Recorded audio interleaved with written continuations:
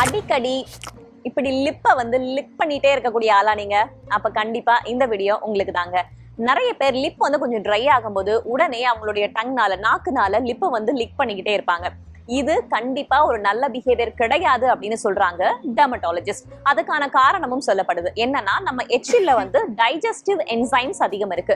நீங்க தொடர்ச்சியா லிப்பை வந்து லிக் பண்ணிக்கிட்டே இருந்தீங்க அப்படின்னா அது லிப்போடைய ஸ்கின்னை வந்து பாதிக்கக்கூடியதாக தான் அமையுமே தவிர அதுக்கான தீர்வு அமையாது.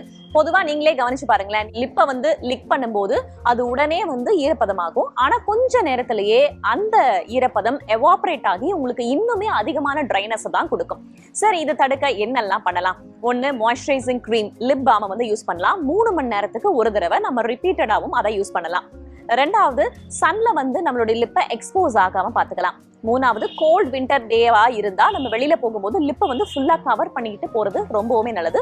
இது எல்லாத்துக்கும் மேல முக்கியமான விஷயம், நம்ம டீஹைட்ரேட் ஆகவே கூடாது. நம்ம லிப் வந்து ட்ரை ஆகுது அப்படின்னாலுமே அது வந்து நமக்கு டீஹைட்ரேட் ஆகுறோம் அப்படின்றதுடைய ஒரு அறிகுறியாக தான் பார்க்கப்படுது.